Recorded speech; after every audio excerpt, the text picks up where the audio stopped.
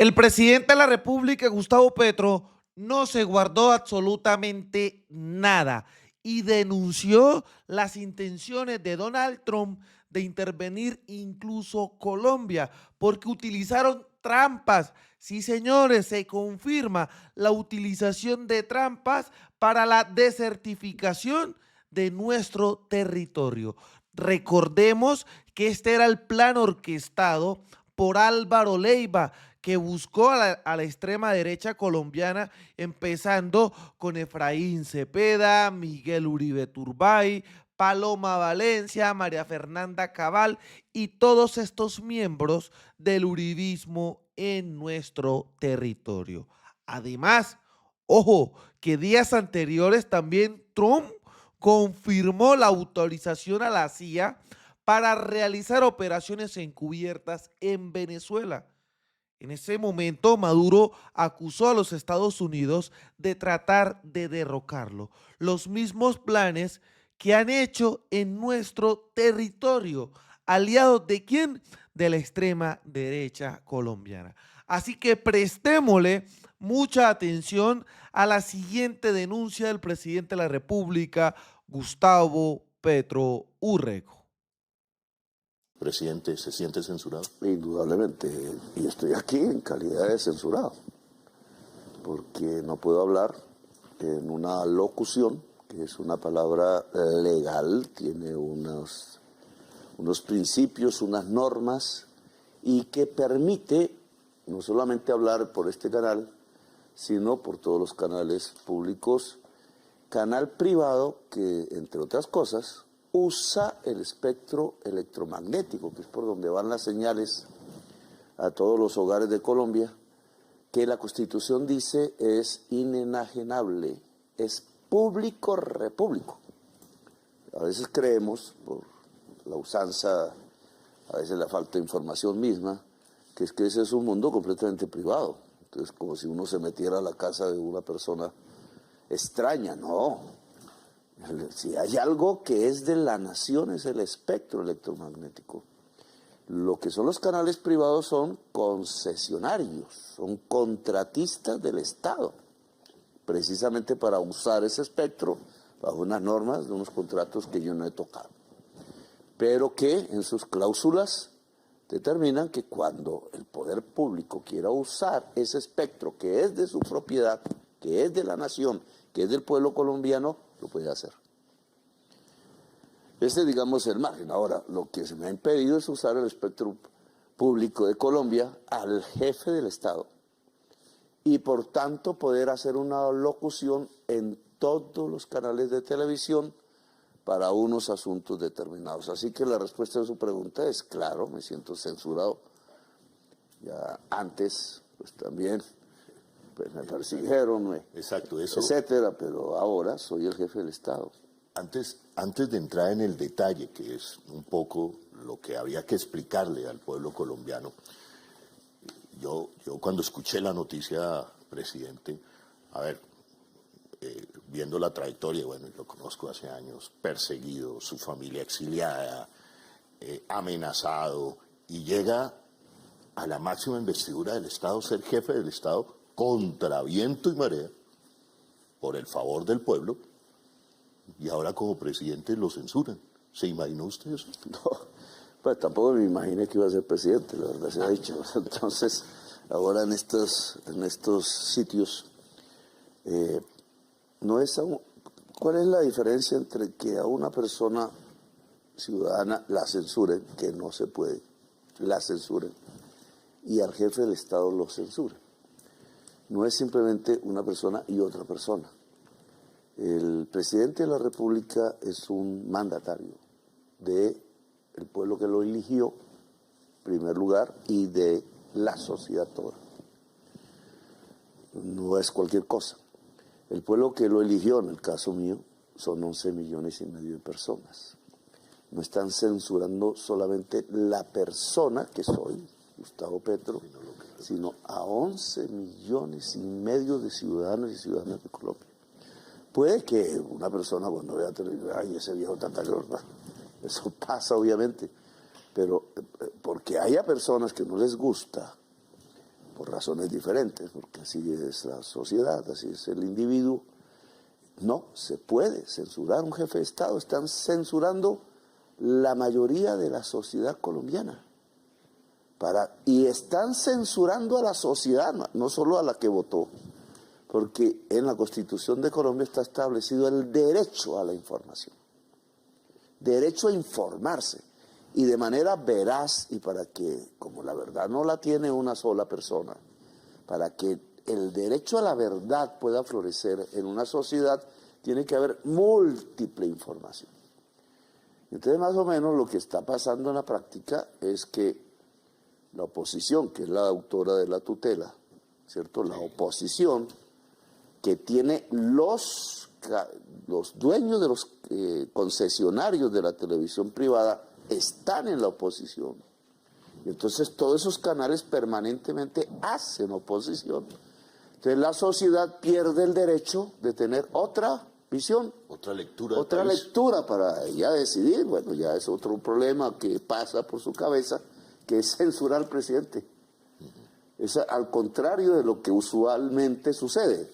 Son los presidentes autoritarios, acaba de suceder en algún país del norte de este continente, dictadores censuran a sus críticos.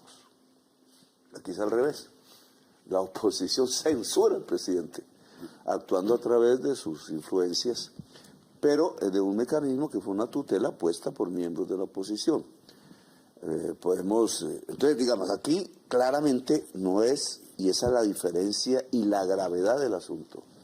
Aquí se está conculcando el derecho a la información, a la búsqueda de veracidad, no porque la encuentren en mí, sino porque encuentran posiciones diferentes a lo que van a escuchar en todas las horas, en todos los instantes, en todos los canales privados, y se está conculcando algo que es fundamental en la democracia.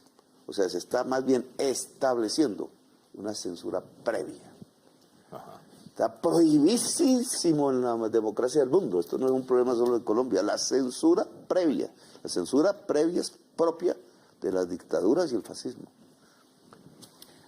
Veíamos las imágenes que hoy le están dando la vuelta al mundo, es precisamente los grandes periodistas veteranos que cubren la Casa Blanca sacando sus computadores, sus documentos, porque la Casa Blanca les impuso qué podían preguntar y qué no podían preguntar. Digamos, eso inadmisible en una democracia que cada día se derrumba para algunos, como la norteamericana. Y eso no está pasando aquí, aquí pasa el inverso. Aquí están censurando, lo dice el presidente de la República, y es un poco también lo que pasa con RTBC. Entonces, RTBC no tiene derecho a presentar otra lectura de país. No tenemos derecho, no tiene el presidente derecho a leer el país de manera diferente a los grandes medios. Y ese es el punto. Entonces aparece la tutela al Consejo de Estado. El Consejo de Estado se pronuncia y dice, y le impone unos límites al presidente. Ellos dicen, por emergencia. Urgencia. Por urgencia, perdón, sí. Por urgencia. ¿Pero qué es urgencia? Pues entramos a las normas. A las normas. Aquí ya existía, y yo me he guiado por ello, una sentencia de la Corte Constitucional. Cuando hablamos de la Corte Constitucional y no del Consejo de Estado, más o menos es la diferencia entre leyes, que estudia el Consejo de Estado, la legalidad, y la Constitución, que es superior a las leyes. Ojo por eso. La Constitución está las leyes se derivan de la Constitución, no al revés. Y la constitucionalidad, pues la determina la Corte Constitucional, otra corte, que también atiende tutelas. El Consejo de Estado atendió una tutela de la oposición. La Corte, no por mí, hacía mucho tiempo, ha establecido unos criterios, incluso porque es hace mucho, creo que el 2001, que perfectamente aquí quisiera leerles, que tiene que ver con precisamente lo que se llama urgencia. Es la sentencia C-1172 del 2001, que es digamos, hay una diferencia cuando es tutela, cuando es sentencia constitucional, que tienen una mayor jerarquía. Este es un tema un poco complejo, porque es para toda la sociedad. En las tutelas a veces es que una persona rompió el derecho de otra y entonces es para esa otra persona. Aquí es para toda la sociedad y se refiere a las alocuciones. Alocución es el derecho del presidente de la República a través de todos los canales, cualquiera sea su Públicos, denominación, privados, de expresar una comunicación hacia la totalidad de la sociedad que esté escuchando o viendo. Esa sentencia del 2001 dice: la alocución presidencial es un instrumento legítimo de comunicación institucional siempre que no se utilice con fines proselitistas. O sea, yo no puedo hacer campaña en una locución, pues no para uno, porque no sería uno candidato per se, sino para otras personas, etcétera, sino temas, y aquí viene lo ¿qué temas? Entonces, lo que dice el Consejo de Estado es urgentes, urgentes. Ajá. Y aquí también lo dice. Además, aclaró que no se requiere un desastre natural para que haya urgencia. Ojo, la Corte Constitucional, que era más o menos como creí que interpretaban algunas personas. No, pues hay que esperar a Armero para que el presidente hable. No, aclaró que no se requiere un desastre natural para que haya urgencia.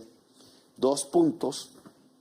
Basta con que el mensaje tenga relevancia inmediata para la vida nacional o el interés público. Relevancia inmediata. Ese es el punto. De interés público. Entonces, esa es la urgencia. ¿Qué alocución mía no ha tocado un tema de interés inmediato, de relevancia inmediata y de interés público?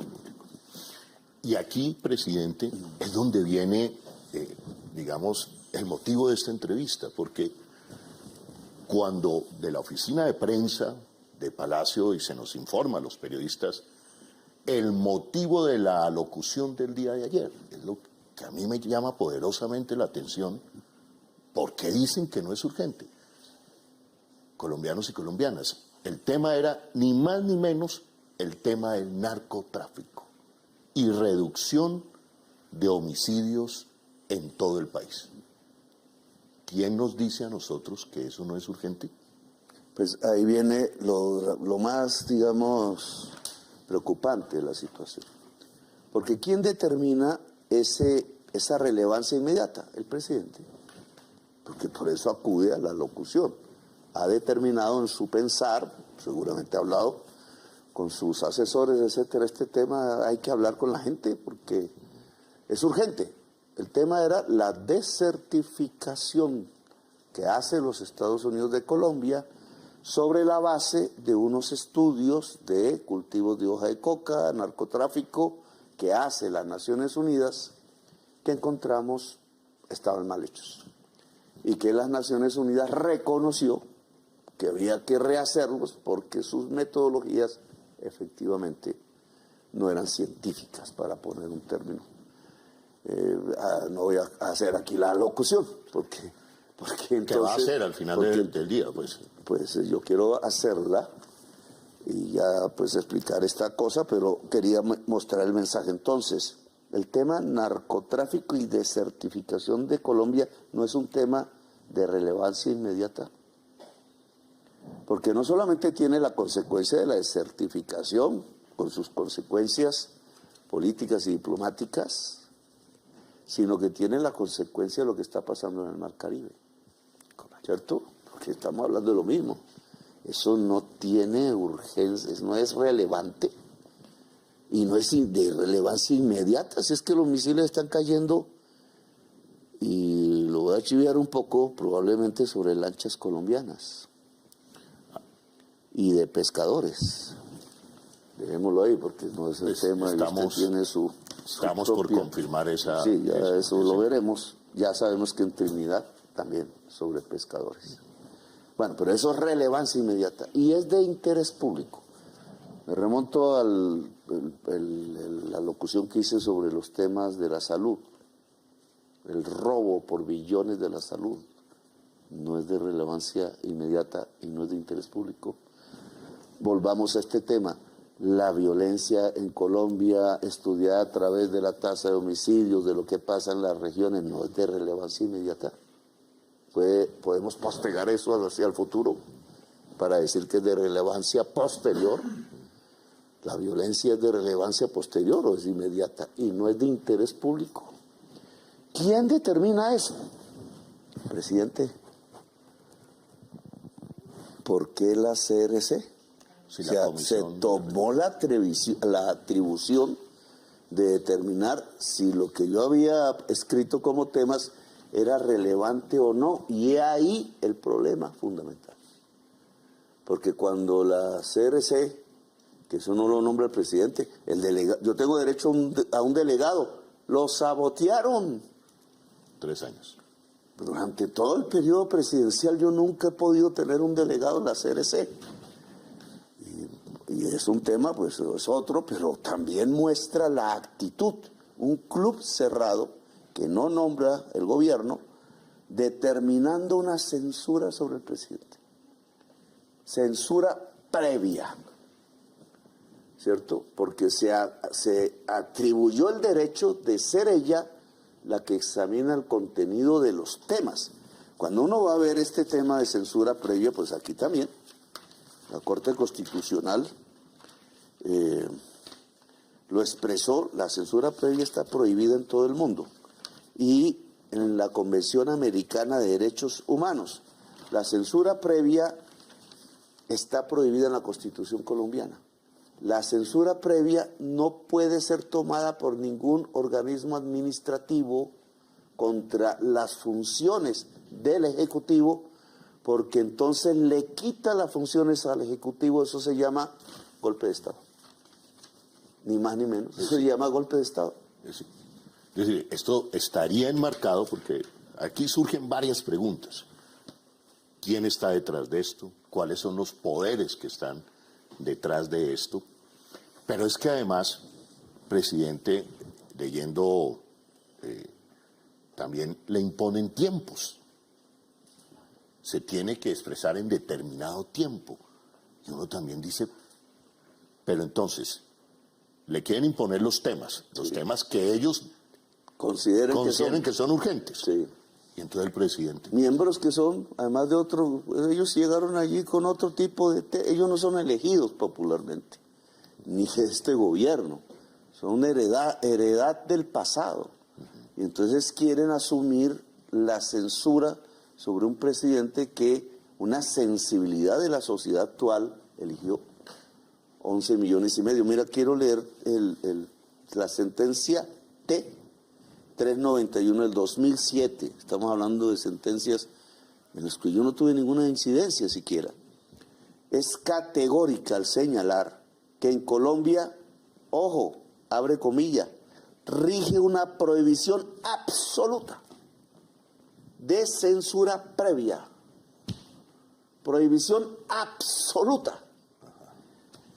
Ninguna autoridad legislativa, administrativa o judicial, espero que el Consejo de Estado no caiga en esa actitud, pero ni legislativa, ni administrativa o judicial, puede someter los contenidos a examen, autorización o visto bueno antes de su emisión. Acaba de pasar. A los periodistas nos juzgan por lo que decimos, no por lo que vamos a decir. Claro. Ya después viene el debate. Ya viene el debate y eso es lo importante, además que exista el debate. Pero esto que prohíbe aquí, prohibición absoluta es lo que acaba de hacer la CRC. Esto porque examinó los temas y dijo no, me prohibió mi alocución, que es un derecho del presidente constitucional. Y no tenía porque lo que estableció fue una censura previa. Esto tiene obviamente consecuencias. Para allá voy, ¿se van a tomar las medidas? Bueno, entonces yo quería mañana vamos a volver en base a todos estos argumentos, porque hay otro problema. El fallo no No está existe. en firme. El fallo del Consejo de Estado sobre el que se basa la actitud de la CRC, se pidió una aclaración por parte de un funcionario del gobierno. La aclaración, hasta que no se aclare, pues no entra, y después pues habrá segunda instancia, etcétera, el proceso normal. Pero en este momento ese fallo no es vigente. Está en un periodo de aclaración precisamente con estos argumentos, con la Corte, con los argumentos de la Corte Constitucional. Y la CRC, ¿sobre qué base jurídica entonces tomó su atribución y abuso de poder Se adelanta. de hacer una censura previa sobre el presidente? No está el fallo en firme, y uno de los alegatos que está en discusión de impugnación precisamente es que entienden por urgencia. Sin embargo, como entiendo yo, la CRC se adelanta cuando el término urgencia está en discusión hoy, se adelanta a decirle al presidente de la República, no, no señor, eso no es urgencia. No es urgente el tipo de narcotráfico, prevaricato. no es urgente la violencia. Mañana les damos otra oportunidad, porque puede ser un asunto de ignorancia. Bueno, no se apresuraron, el sectarismo político, los odios a veces, no se leyeron esto, nadie les enseñó, los abogados son malos, bueno, tantas cosas que pueden aparecer. Yo siempre me gusta, antes de la acción, digamos, última, definitiva, que se entienda qué está pasando. No es la censura previa, absolutamente prohibida, se la tomó como atributo la CRC, prohibiéndole al presidente la alocución, y con esa prohibición censuró al presidente y a media Colombia y el derecho a la información de toda Colombia. Puede rehacer eso mañana. Quiero decir los temas. Mañana es viernes, bueno, ya es diferente, pero le damos esa oportunidad a la CRC. Si no, aquí ya toca actuar de otra manera. Actuar de otra manera con denuncias recurriendo a la ley. Obviamente. Porque también al derecho penal. al derecho penal. Porque también se malinterpretó, yo quiero darles el beneficio de la duda a los que malinterpretaron, que en algún momento usted quiso decir, si a mí me censuran, se censura la prensa. Eso no fue lo que quiso decir usted en un trino. Nunca se censuró la prensa. Lo que quiso decir es que si censuran al presidente de la República, imaginemos lo que les Van espera a censurar a la prensa. a todos. A todos. Claro. Y es que hubo un intento, además, previo, que Julio Sánchez me echó la culpa a mí. Ni siquiera ha podido nombrar a mi delegado. Ese es un Toda la punto. culpa de Petro, ¿no? Entonces, como el recorrido. Pero al país le está yendo bien. Pero hubo un intento de censura previa sobre la prensa. Para Hay allá algo voy. ahí que no está funcionando. Ya no había tutelas ni nada, que hay algo ahí que no está funcionando bien. para allá Ya voy. entre las personas que integran esa comisión. Para ello hoy, pero yo creo, presidente, antes de llegar a ese punto, porque también le compete a RTC está ahí para ser censurado también, de muchas formas es censura en Colombia, pero también creo que es importante que le explique al país, señor presidente, que usted no tiene nada que ver con la CRC. No, nada. Porque han tratado de decir, Ni y hay siquiera una serie de conozco malabares para tratar de decir que la CRC depende del gobierno y que detrás del intento de la censura a la prensa está el gobierno. Me entrevistaron y la CRC no tiene nada que ver con el gobierno. Todas las personas que están ahí desde antes de que yo fuera presidente. No sé bien cómo es que llegan ahí, por qué medios, pero desde antes nada tiene que ver con nosotros. El que sí podría tener que ver, que era mi delegado, no lo han dejado ni siquiera acercarse a tomar, certificar, y sí tiene derecho, porque hay unas habilidades, inhabilidades, etcétera, las tiene todas. Es un antiguo trabajador de Telecom que después de que lo sacan con fusil de su empresa, del gobierno de Uribe, y cierran Telecom, que yo pienso revivirla, entonces él hace sus estudios, hace todo el proceso, el externado en otros lugares, y cumple todas las normas para ser delegado en esa CRC. y no lo dejan. No lo dejan porque fue trabajador. Como a mí me tratan de imponer censura previa porque defiendo a los trabajadores. Tengo otra opción, diferente a lo que ellos tienen en la cabeza como ideología. Pero aquí las ideologías no tienen nada que ver, son las normas. La CRC hizo una censura previa.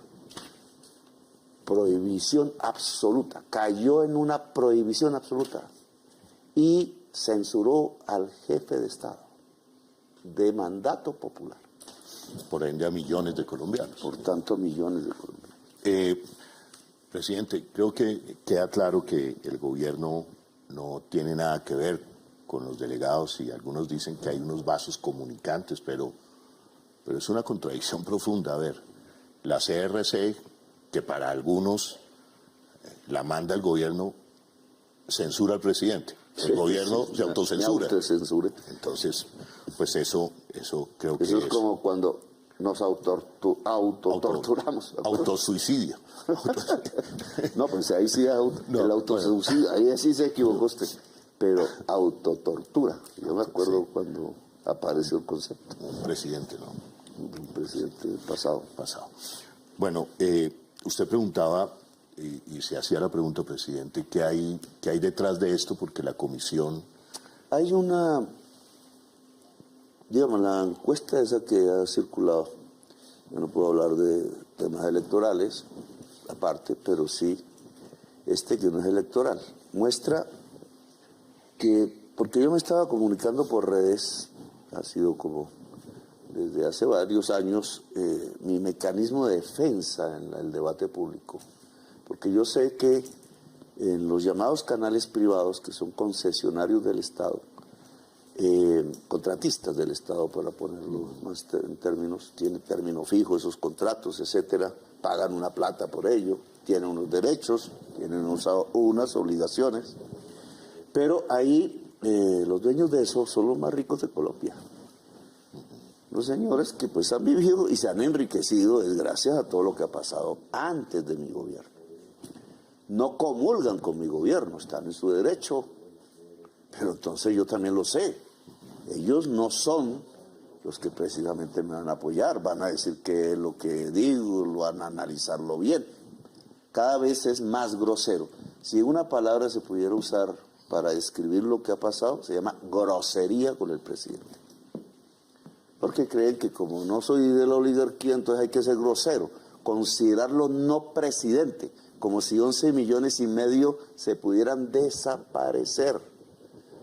Es de ese mundo donde el desaparecimiento se hace normal, ¿cierto? Es ese mundo donde solo pensar de una manera y no permitir silenciar las otras formas de pensar de cualquier manera, que incluye las más extremas, se hace normal. Es ese mundo que yo he visto en los últimos meses en Colombia, en donde un genocidio no importa. El presidente habla de un genocidio, pero ¿para qué habla de tan lejos? Porque cuando el genocidio es aquí en Colombia, tampoco les importa. Cuando el bombardeo sobre los niños es aquí en Colombia, tampoco les importa. Si ese misil cayó sobre una lancha colombiana y un pescador colombiano, tampoco les importa. Presidente, esas son las razones, esos poderes que hay detrás. Pero te iba a decir, no, es que lo que va mostrando es que apenas al lado de mi defensa en redes, que es limitada, empiezo a hacer las alocuciones contrastando la información mentirosa, sí, develándola y sobre todo mostrando los grandes hechos de corrupción, los móviles. Empiezo a crecer, en mi opinión favorable, una tendencia así que está llevándome a que ya casi tenemos una opinión positiva más allá de la mitad más uno de la población. El positivo de su imagen, sí, aumenta. Sí. Y eso usted lo cifra, lo significa en esa capacidad que tiene usted, como ningún otro presidente, digamos, de hablarle al pueblo colombiano Sí. a través de estas Un don, alocuciones. se llama un don comunicacional, que pues seductor. Trato de explicar de mi corazón y de mi conocimiento lo que veo de la realidad colombiana, lo más dramático, obviamente. Lo que considero que es lo más clave, trato de hacerlo coincidir con lo que el mismo corazón de quien me escucha también siente y vibra y hace comunicación, eso se llama comunicación. Así es, pero entonces como yo puedo hacer una comunicación relativamente eficaz con una parte de la sociedad, siempre hay otra que no le gusta. Entonces eso compite con la intención de que la sociedad colombiana solo vea una manera las cosas. Una manera que repetidamente esconde la gran corrupción porque se beneficia de la gran corrupción. Del sistema corrupto de Colombia, cuya base es siempre la economía ilícita, el narcotráfico, la cocaína en el poder. Entonces, crimen en el poder. Crimen en el poder que como está en el poder, entonces mata centenares de miles. Aquí ha existido desde el 48 10 gasas. Sí. No les importa una, menos las 10 gasas que ha habido en Colombia. Presidente, eso también está ligado, tratando de descubrir el por qué se atreven a una censura previa, que es una grosería y más aún, Es nazi.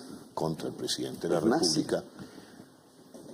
Además, porque esas alocuciones estarán ligadas a que usted, creo que es el único presidente que faltando 8 meses para acabar el mandato, está en los indicadores y en los índices de popularidad Y subiendo. y subiendo. Es que lo que causa Ahí. histeria, porque esto Correcto. es una histeria, Ajá. o sea, salirse de las normas, Para de allá. una frase como prohibición absoluta y hacerla, es histeria.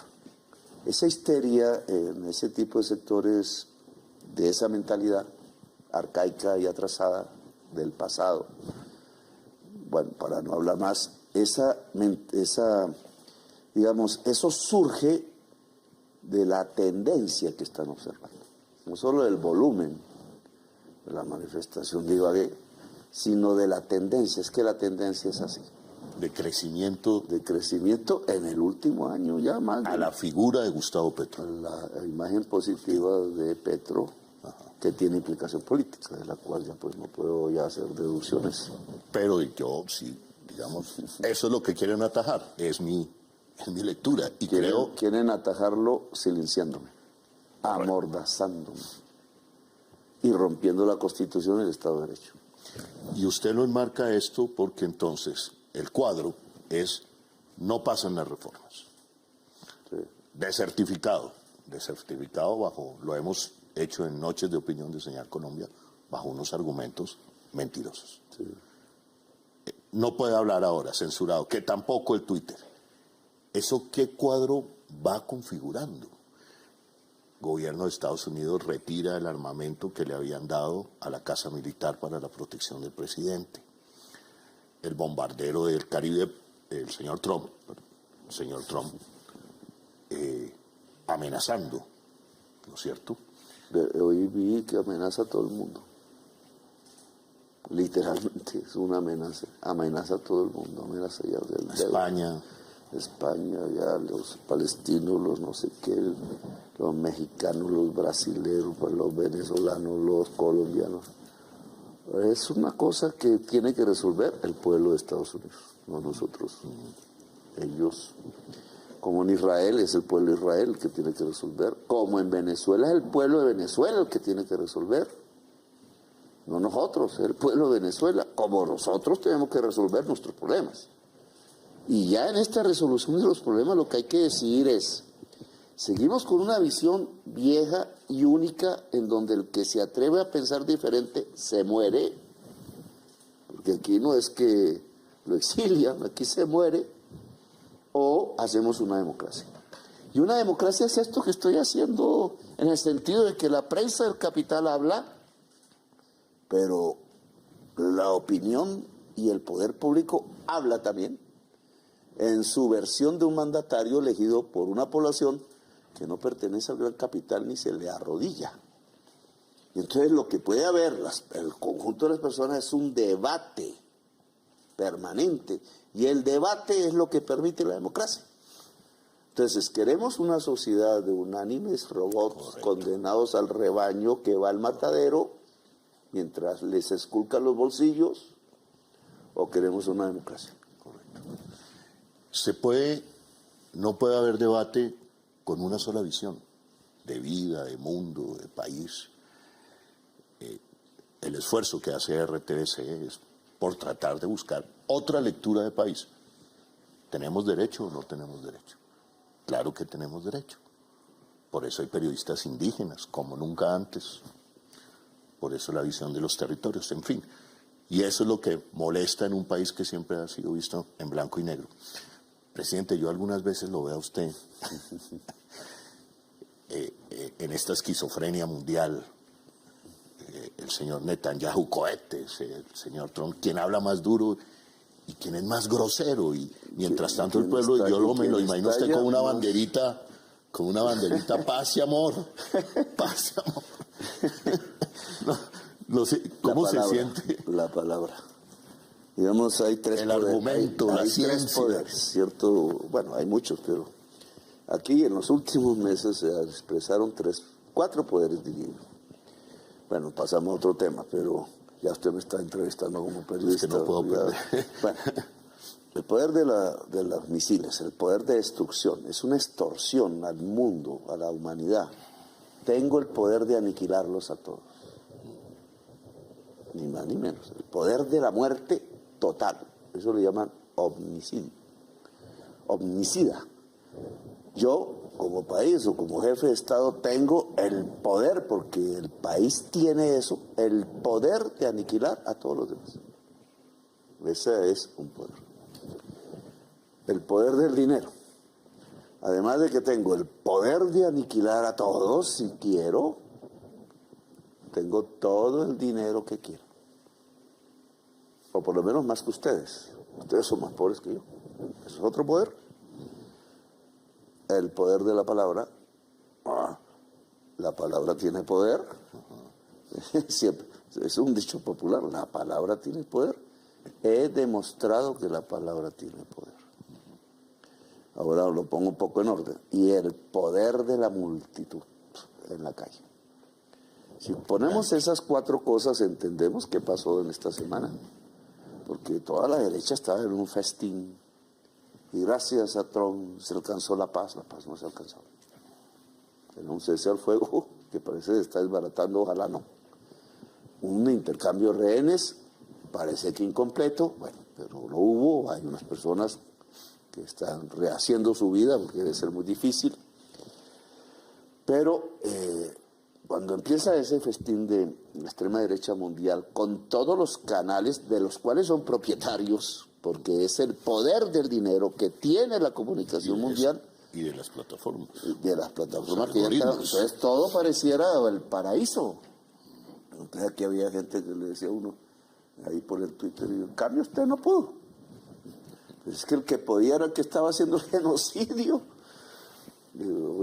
Hasta ignorante, ¿no? Pues si es que son ellos los que están tirando las bombas, ¿quiénes podían detener las bombas? Pues los que las están tirando. Los genocidas y los cómplices de los genocidas. Pero ¿por qué ellos deciden detener el genocidio por ahora? Pero que es definitivamente unas niñas, unos muchachos en una flota, 50 países, los detienen y arbitrariamente, otro crimen, porque es en agua así, entre esas dos colombianas jóvenes, Luna y Manuela. Eso provoca, y cogen a Greta, la torturan, la sueca, la niña sueca, la muchacha, bueno, porque no lenguaje ahora, joven. Bueno, la joven, la torturan, la humillan, y Europa reacciona, más que nosotros, pero Colombia también ha reaccionado. Colombia reacciona, el mundo reacciona Europa. Los gobiernos de Europa que estaban apoyando a Israel es donde se producen unas manifestaciones que yo creo que nunca se habían dado. Holanda, Italia, ¿Iba ya a prepararse la huelga general? No, la huelga general ayer 15 salió en España. Huelga Sí, general. porque España, Italia, Grecia, es decir, yo lo puse en un título, Europa entra en un momento constituyente. Entonces los gobiernos, yo hice las cuentas de la OTAN, que Estados Unidos, la mayoría, 17 a favor de Israel, de no rechazar, 15 en contra, y Francia decide que estaban los 17, no, vamos a reconocer, y otros gobiernos. Entonces la mayoría entre la OTAN se volvió pro-Palestina. Y Trump no es un tonto. Trump empieza a ver que se va quedando solo y entonces le hace un codazo a Netanyahu y dice, papá, o usted para o le quito el apoyo. Y ahí se produce el problema. Entonces, ¿cuál es la cadena de los poderes? No voy a decir que con mis palabras, no. Ayudó en las Naciones Unidas. ¿Cierto? ¿Qué sintió Trump y Netanyahu en Naciones Unidas? Que estaban solos. No por mí. Lo que pasa es que el mío les dolió. Las palabras, y les dolió no porque fueran groseras, sino porque dije que ni el pueblo de Israel es el pueblo elegido de Dios, ni el pueblo de Estados Unidos es el pueblo elegido de Dios, el pueblo elegido de Dios es la humanidad. Eso fue lo que les dolió. Y vincular el tema de su excusa neofascista, racista contra los migrantes, que es para coger un electorado muy rápido y ocultarle la realidad del mundo, que es que vamos al colapso climático por estar usando petróleo y carbono, y volvió a hablar Trump de eso.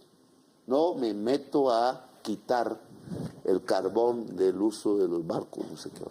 Pero vamos para la muerte, porque eso lo dice la ciencia. Entonces Trump es anticiencia, negacionista climático. Es así la extrema derecha. La derecha no cree en la ciencia, cree en pasiones, en fundios. Pero la ciencia es un atributo que es lo único que nos permite ver la realidad. Pero vuelvo a traer el tema. Entonces, la palabra sirvió, tuvo poder, se sintieron solos. La palabra de todas las naciones en Naciones Unidas, incluida Colombia, que se puso a la vanguardia. La flota, la reacción inmediata, no, porque ¿qué era lo que decíamos? Ya se acabó el tiempo del discurso, toca la acción. Ejército de reconstrucción, meterse, va la flota, se atraviesan con soberbia, torturan, ponen presos y estalla Europa. Y al estallar Europa se lleva a Trump porque no puede perder a Europa. Se Y queda Europa, solo y se los produce. presidentes de Europa entienden el llamado Sí. constituyente, digamos. Sí, el momento constituyente. En RTS precisamente el lunes 15 de octubre, cubrimos la huelga general en España, con 2 puntos, Madrid-Barcelona. En un ejercicio de concepción de la televisión pública, en que eso lo tiene que ver Colombia. Sí. Unas movilizaciones masivas. Colombia tiene que ver el mundo. Correcto. Y le voy a contar una anécdota. Cuando el periodista decía a los marchantes, Colombia, la gente, Gustavo Petro. Sí. Que lo dije, pero aquí creen que es egolatría. Es egolatría. Entonces, porque por eso, no le dejan ver el mundo. ¿Cierto? Estos canales en su burbuja, es Miami. Hay ciertas cosas del mundo triviales. No le dejan ver el mundo. Y si Colombia ve el mundo, descubre varias cosas, que el mundo no es como se lo pintan, que el mundo es más ancho, más complejo, yo diría vital, y que Colombia es el corazón del mundo. que usted ha llevado a centrar en el discurso a que Colombia es el corazón del mundo. Mire, presidente, cambiando, son muchos temas, ya vamos terminando. Sí, porque Dijimos que el tema era solamente el tema de la censura, pero es la primera vez que le da una entrevista al sistema de medios públicos, se la da a nosotros que nos acusan canal de la propaganda. Tendrán que demostrarlo. Por ahora somos el mejor canal, el mejor noticiero de televisión para los colombianos, según el premio India Catalina, presidente. Pero mire, Venezuela, a mí me mortifica, digamos, como a muchos colombianos. Y el otro día despedí un programa con la siguiente pregunta. ¿Qué hace Colombia ¿qué hacemos los colombianos como latinoamericanos en el momento en que a Venezuela pueda haber una locura contra Venezuela, bombardeo en la frontera, donde caigan colombianos? Catatumbo y caen unos y caen otros. Y siento que en Colombia, digamos, no, en la opinión pública no hay una sensibilidad para dimensionar lo que eso significa y cómo puede afectar a Colombia y la paz de la región. Usted hace muchos años, presidente, dijo que lo que estarían viendo, lo dijo hace como 5 años, se lo escuché en una conferencia, era la balcanización de Libia, lo que hay en Medio Oriente. Correcto. Es que es parecido porque estamos hablando del petróleo. Correcto. No estamos hablando del narcotráfico, eso es carreta, eso es una mentira. Mira, en San Andrés y Providencia, en el mar territorial, llamémoslo así, colombiano, en San Andrés, colombiano, gracias a que este gobierno ganó. Por primera vez desde no sé cuánto, un siglo, por primera vez dejamos de perder territorio. Porque este ha sido un país de perder y perder y perder territorio. Bueno, pero esta vez, y en ese mar, en el año 24, en lo que llevamos, van 33 toneladas de cocaína incautada con ayuda de inteligencias, porque esto no es un trabajo solo, pero fundamentalmente colombiano, de la Armada. 34 toneladas, ni un solo muerto. Es un ejemplo de que lo que se está haciendo es arbitrario. ¿Cierto? ¿Cuántas toneladas llevan? Como 3. Pero van 27 muertos. Y posiblemente trinitarios, ya sabemos, colombianos, no sabemos todavía si venezolanos. Y va 27 muertos para 3 toneladas.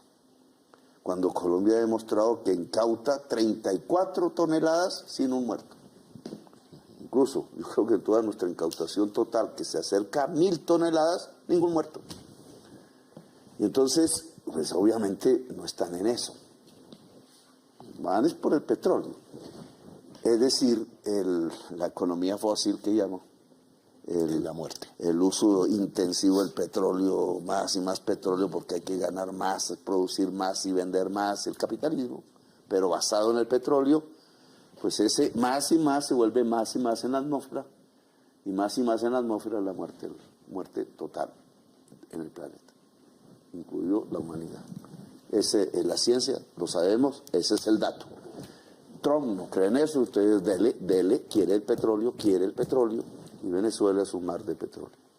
Pero entonces, cuando eso ocurre, no es sino ver dónde había más petróleo, Medio Oriente. ¿Qué pasó allá? Lo mismo.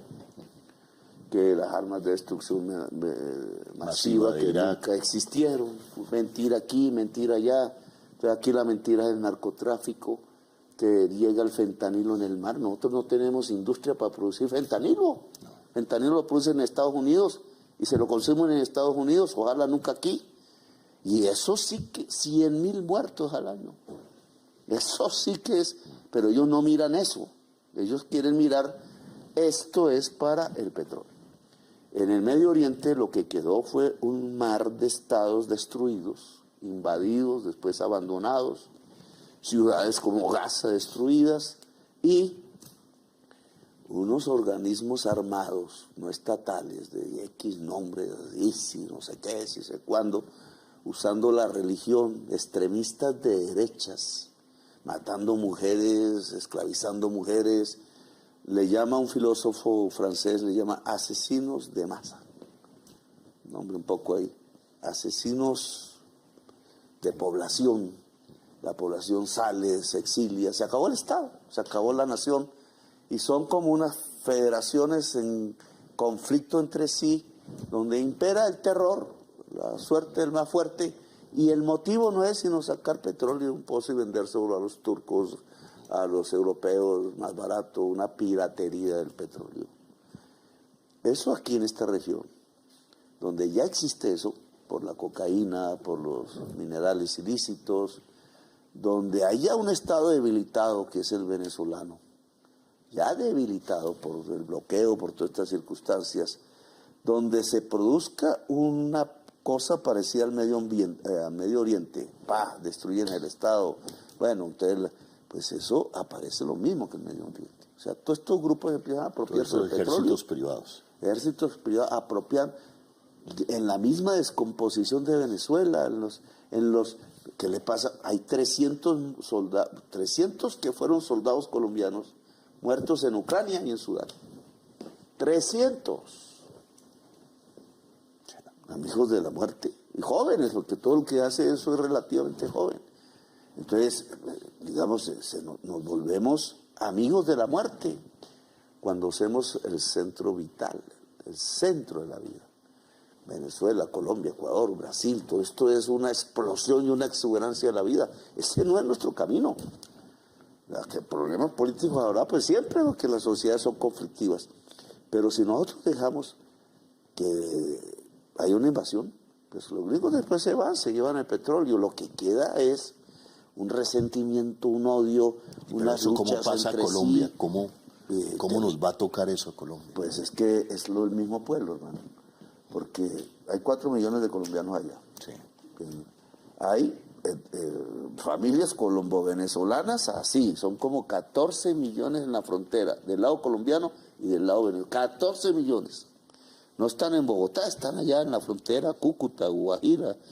Entonces tienes 4 allá, 14 en la frontera, 1,5 millones. ¿Qué? Pues es media sociedad que queda afectada de una u otra manera. Entonces, esto no es, entonces creen que es un jueguito, ¿no? Que es que va a llegar una operación, se lleva a Maduro y se acabó como si nada hubiera pasado. No, eso queda una herida social. Los primeros en morir no es Maduro. Es el pueblo, los jóvenes de allá, y entre los jóvenes de allá, los colombianos. Y eso se extiende para acá. O no nos llegaron millones cuando Duque dicen que es mentira, que es por el bloqueo. Claro que es por el bloqueo, se quedaron sin comida. Un pueblo sin comida, ¿para dónde cogen? Pues para donde haya comida. Si un pueblo se queda sin agua, ¿para dónde coge? Pues para donde haya agua. Y eso fue lo que pasó. Y entonces se fueron para Estados Unidos, un boomerang. Y allá entonces no quieren a los venezolanos, entonces los querían era protestando contra Maduro, pero apenas esos se fueron a Estados Unidos, entonces los echaron. Como perros además, porque los trataron mal, que eran los niños, los que... Es una barbaridad. Pero ahora no solamente los tratan mal, acuérdense que yo detuve unos aviones con colombianos encadenados, volví, no los detuve, sino aquí no entra ningún colombiano encadenado, nosotros no somos esclavos. Colombia se hizo luchando contra la esclavitud. Y nuestra bandera, la mitad, es la bandera de Haití, que es la revolución antiesclavista más grande del mundo. Entonces, ahora viene para acá. No solamente nos sacan de allá a la fuerza los migrantes como perros, sino que ahora vienen acá a tirar misiles. Y de los 27, que es ya sabemos que pescadores. Correcto. Pescadores. Y colombianos, al parecer, ya veremos. Que es lo que estamos tratando de confirmar en nuestra guerra, en esta guerra interna terrible y bárbara que hemos vivido en Colombia. 3 millones de colombianos se fueron a vivir a Venezuela. 3 millones. Ya para terminar, ya para terminar, presidente, pero el colombiano, que somos hermanos con Venezuela.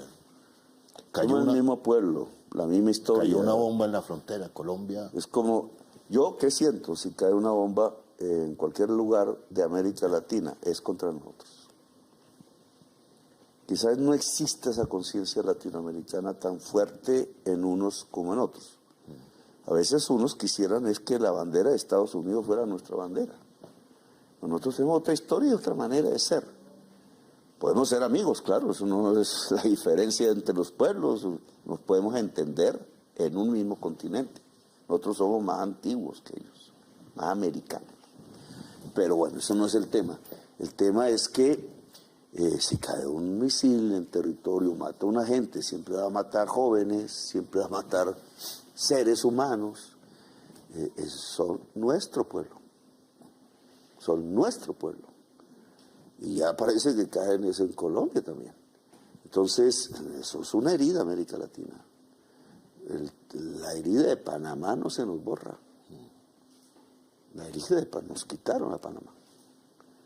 Bueno, allá los panameños piensan de otra manera, hay tendencias. Yo estuve en un sitio que se llama Bocas del Toro, hermosísimo, donde hay una fosa con colombianos enterrados liberales que querían hacer una revolución liberal en América. Y entonces ahí están los mexicanos. El mexicano era el que guiaba, los cubanos, los que estaban bajo el poder de España en ese momento, etcétera. Una juntura de latinoamericanos. ¿Por qué ahora nos sentimos tan desunidos? Una de las cosas que me da más tristeza es ver a los presidentes en silencio, haciendo cálculo económico. Chivos. Porque mira el Medio Oriente. Cálculo económico hecho antes y ahora lo que hay son las ruinas de Gaza. ¿Cuánto vale reconstruir Gaza?